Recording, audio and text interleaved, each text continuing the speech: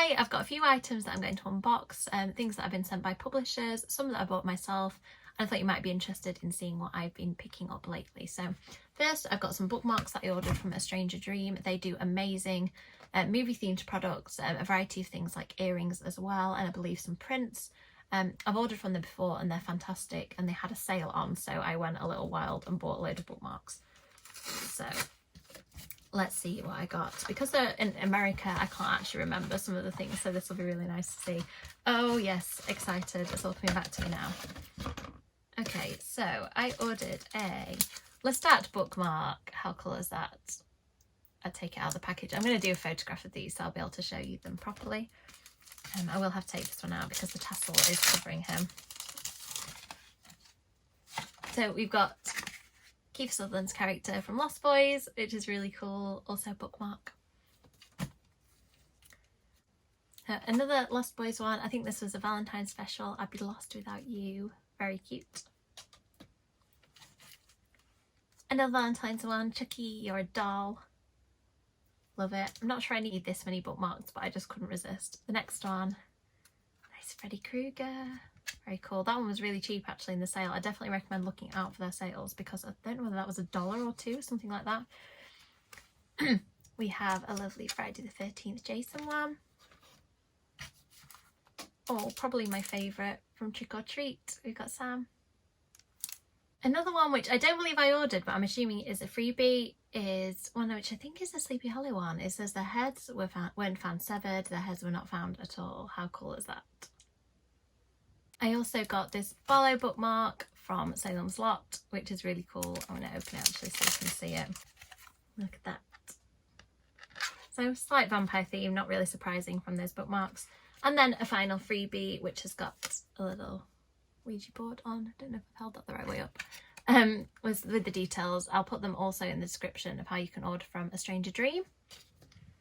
And when I went to London the other day for an awards ceremony for the Quiz Writers' Choice Awards, I picked up a couple of books, as I always do, in Forbidden Planet.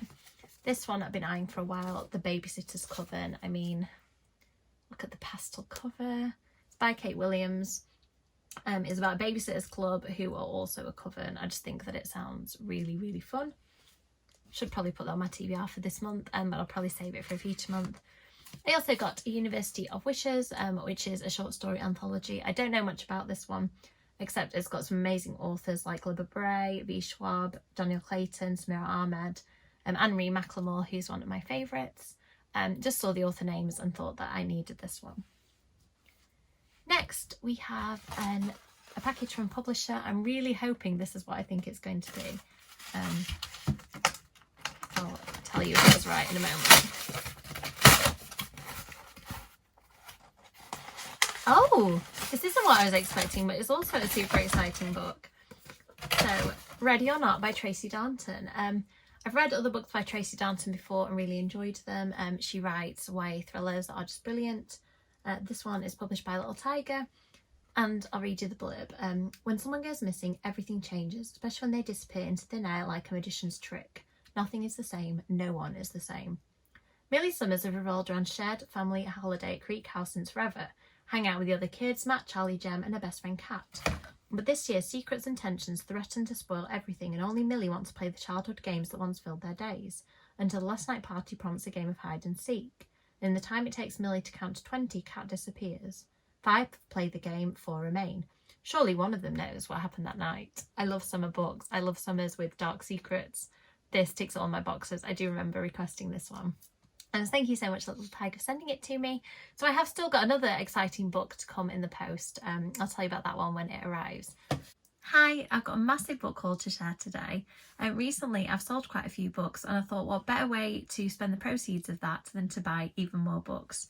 I've been finding that recently I've been buying quite a lot of books secondhand, and I've also bought some books at quite good reductions. So seems like a huge amount of books, but actually I've managed to get them for a really good deal. So let's get started. First, I went into the works recently and I noticed quite a lot of books that I've seen on BookTok, so I thought I would give them a go. Some authors I've never read before, some books that have received a lot of hype. So the first one is The XX by Erin Sterling. I've been craving a romance and I think that this might fit the bill. I know that it's a revenge story and it sounds really fun, so I'm going to read you the blurb. Vivian Jones handled the biggest breakup of her life the way that any witch would. Vodka, bubble baths and a curse on her ex. That was 9 years ago. Now Rhys Penhallow, descendant of the town's founders, breaker of hearts and still irritatingly gorgeous, is back. Rhys has returned to the quaint town of Gravesglen to recharge the ley lines and make an appearance at the annual fall festival. When his every move results in calamity, Vivi realises that hexing her ex might not have been so harmless after all. As the curse starts to affect the magic of the town, resulting in murderous wind-up toys, an outraged ghost and a surprisingly talkative cat, Vivi and Rhys must put their personal feelings aside and work together to break the curse and save not just the town, but also Rhys's life. That sounds really fun, exactly what I'm looking for, and as I mentioned, really cheap in the works at the moment. Next up, I've been hearing so many things about Colleen Hoover's books, and I feel like I need to read a couple for myself, so I read the blurbs, and in the end I went for Confess and Verity. I think it was, which one? Oh, Confess was about an artist, and Verity was about a writer, so it felt like things that were quite close to home for me. Not much of an artist at the moment. I am trying to learn, but I'm always really interested in books about authors, so I thought I'd give these two a go as my first Colleen Hoover books. Next up, we've got some more romances. We've got The Spanish Love Deception, which I've been seeing all over YouTube and TikTok. The Love Hypothesis, to the label on, by Ali Hazelwood, which sounds like a really fun one. I'm not sure if this is adult or YA. Don't know too much about it. I'm going to try and keep it a surprise ready for when I read.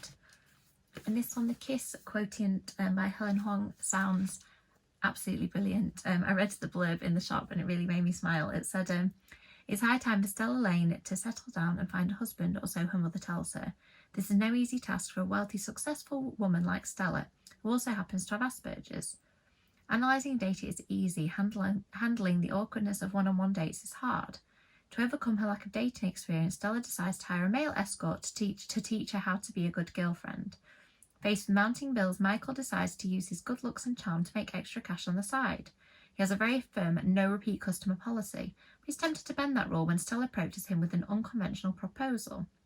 The more time they spend together, the harder Michael falls for this disarming woman with a beautiful mind, and Stella discovers that love defies logic. I just think that sounds great. I've been reading lots of dark books, so I think things like this will be a really nice change.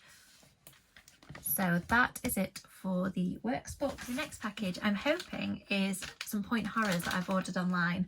I have been trying to build up my point horror collection, as I mentioned in previous videos, because sadly I got rid of them sometime between the 90s and now.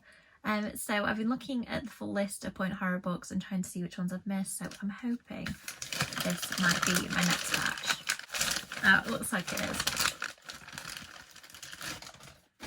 So I went for some that I remember from the 90s, some I don't, just ones that I haven't got in the collection at the minute. Hit and Run by R.L. Stine, which most of my point horrors seem to be right now. Driver's Dead by Peter Lerangis. I didn't actually realise Peter Lerangis had written others. I really enjoyed the yearbook, I believe it was, that he wrote. Yes, Peter Lerangis wrote the yearbook.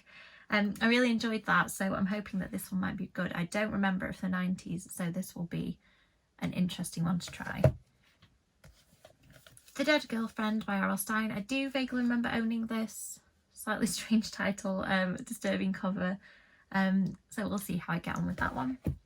April Fools, definitely had and loved this one. Richie, Tankersley, Cusick. It's no joke, it's murder. Typical point horror tagline. I love it. The Claw, I don't really have much recollection of. Quite enjoying the pink and purple cover. And this one is about wild animals and somebody working at a zoo, so that could be pretty fun. And The Babysitter 2. I recently got a really good deal on a point horror lot that had The Babysitter 1 and 3 in them, so I thought I needed to finish the trilogy off. I did love these in the 90s, so I think I might, now I've got the full set, do a reread of all 3 and see if they still hold up to what I remember. Next up we have a proof. It did say on the envelope what this one is. Very excited. I requested it when I saw it online and managed to get an early copy. This is The Reluctant Vampire Queen by Jo Simmons. For a start, how cute is that pink cover? Absolutely love it. On the back it says, should I become the vampire queen? Cons and pros. Cons, drinking blood isn't vegetarian. Not exactly my dream job in politics. Unelected power isn't very democratic. Can vampires still eat mini Battenbergs? Pros, no more PE, get to hang out with Luca, dreamy vampire familiar. Gothy wardrobe update, eternal life, can get more done. The first in a brand new hilarious teen series where Geek Girl meets Buffy the Vampire Slayer. What a genius comparison. Featuring 15-year-old Mo as the reluctant vampire queen. A teen debut from the author of I Swapped My Brother on the Internet, which was a Tom Fletcher book club pick and shortlisted for the Lollies Awards. A brilliantly fun new take on 21st century vampires, perfect for fans of Louise, Renison and Super Awkward. Well, that sounds absolutely fabulous. As I mentioned, I'm in the mood for some light books, so I'm going to take this one and actually add it. I've got a pile just here, which is books that I want to read really soon, so that book's just gone to the top of it. Yes, my TBR pile is an actual pile, but it also extends across a lot of the shelves in this room too. So the next one is going to be a little bit harder to manage, so I'm just going to open it now and then I'll talk. I've decided that I'm going to get a matching set of Stephen King books. So the Stephen King books I've got, I read a lot of them on Kindle and quite a lot of them are a real mishmash of hardbacks, paperbacks.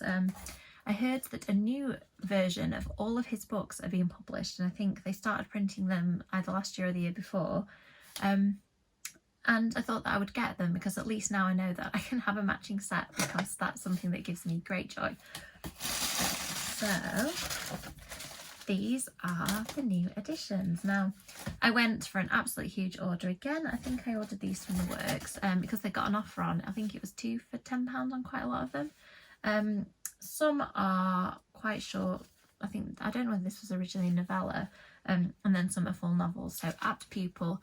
Really enjoyed the film of this. I believe I've read the book a long time ago, but I'm looking forward to giving it a reread. And I like these covers, how they're quite simple. I really like the font. So I'm excited about reading some. And we have Firestarter. This one actually doesn't match. I'm a little bit sad. I might have to put that to one side and see if I can swap it for the actual matching editions. I think online it did have the matching cover. Let's see if the others do. Oh yes, so Salem the Lot I have read. I don't have a physical copy of this. I only have it on my Kindle. I've been thinking about a reread because it is a vampire book. It's very chunky, but I think it might be worth a reread. I remember this being really scary when I read it last time. Now we're getting to some that I haven't read before. The Sundog sounds interesting. No, Stephen King likes a scary animal book. We have Cujo, also a scary dog book. The Girl Who Loves Tom Gordon. Don't know much about it. It says on the back, the world had teeth and it could bite you with them anytime it wanted. Trisha McFarlane discovered this when she was 9 years old, lost in the woods. That sounds really cool. I think I might add that to close to the top of the pile. We also have Gerald's Game, another one that I've not read. I'm realising as I'm doing this actually how many Stephen King books I have not read. Oh, Misery. I read this a long time ago. A long time. Probably in my teens. So I think I'm definitely due an adult rereading because I know the premise. I know, and I think probably most horror fans do, of writer trapped in the woods with superfan who takes things way too far. Love this gorgeous edition. I think I might have to read this one really soon. We have Christine, which I have read. Absolutely loved this one. Really like the film version too. 1922. Don't think I've read this, but appreciate the cover. How it matches all the others. Dr. Sleep. Follow up to The Shining. Yes, follow up to The Shining. I had a slight dance about that for a moment.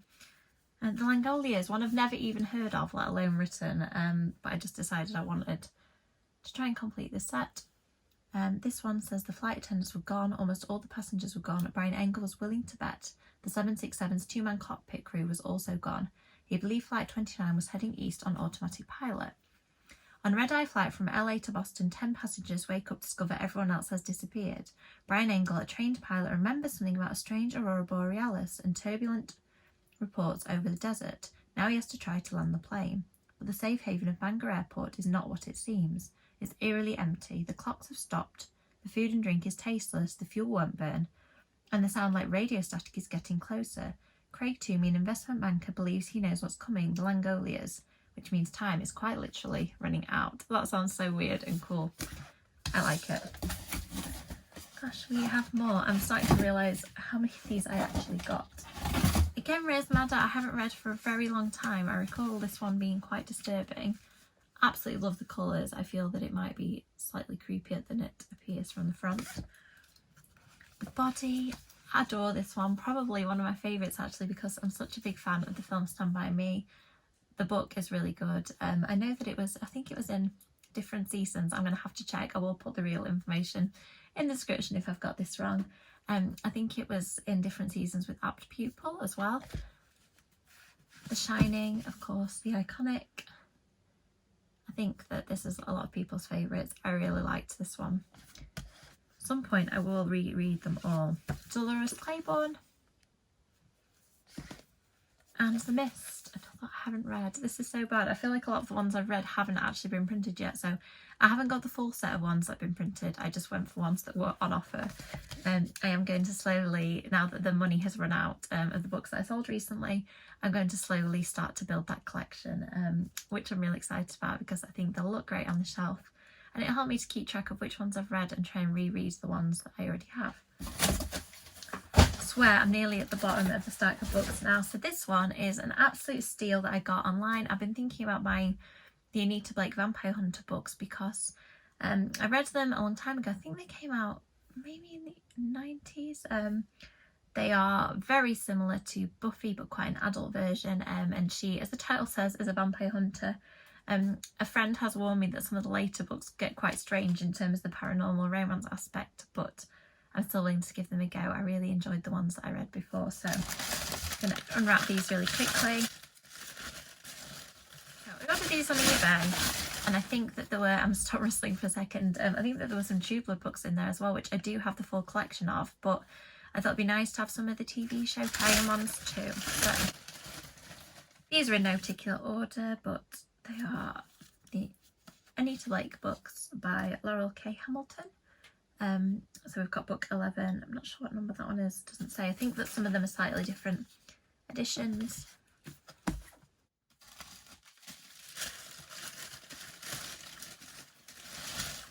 Appreciate the person who sold these to me and wrapped them so well. Is this a Linda Blake one? Oh, Meredith Gentry. So I'm assuming that this is a different series. That's cool. I didn't even realise that I'd bought that. It was just a great big job lot of books that I think somebody was trying to get rid of.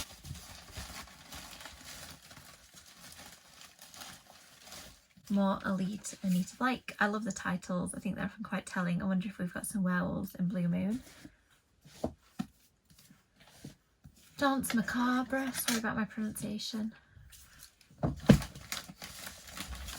Narcissus in Chains. Obsidian Butterfly. The Harlequin. Oh, my pronunciation is not great to say. Harlequin, Harlequin, Harlequin, I think.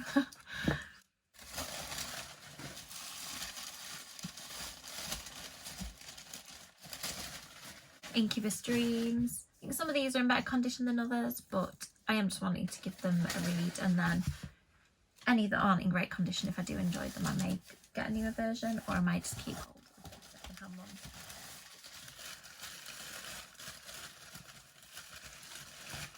So some of them are similar editions, so I may have some True Blood books to give away because I already have this one in this edition. So we have Dead and Gone. Really am enjoying the True Blood series, so I would recommend them if you're interested in paranormal romance. Now, are these TV show time ones? Don't recognise the person, but I do like that edition, so that is a different edition than the ones I've got, so I feel justified in keeping them. That is a TV show tie-in.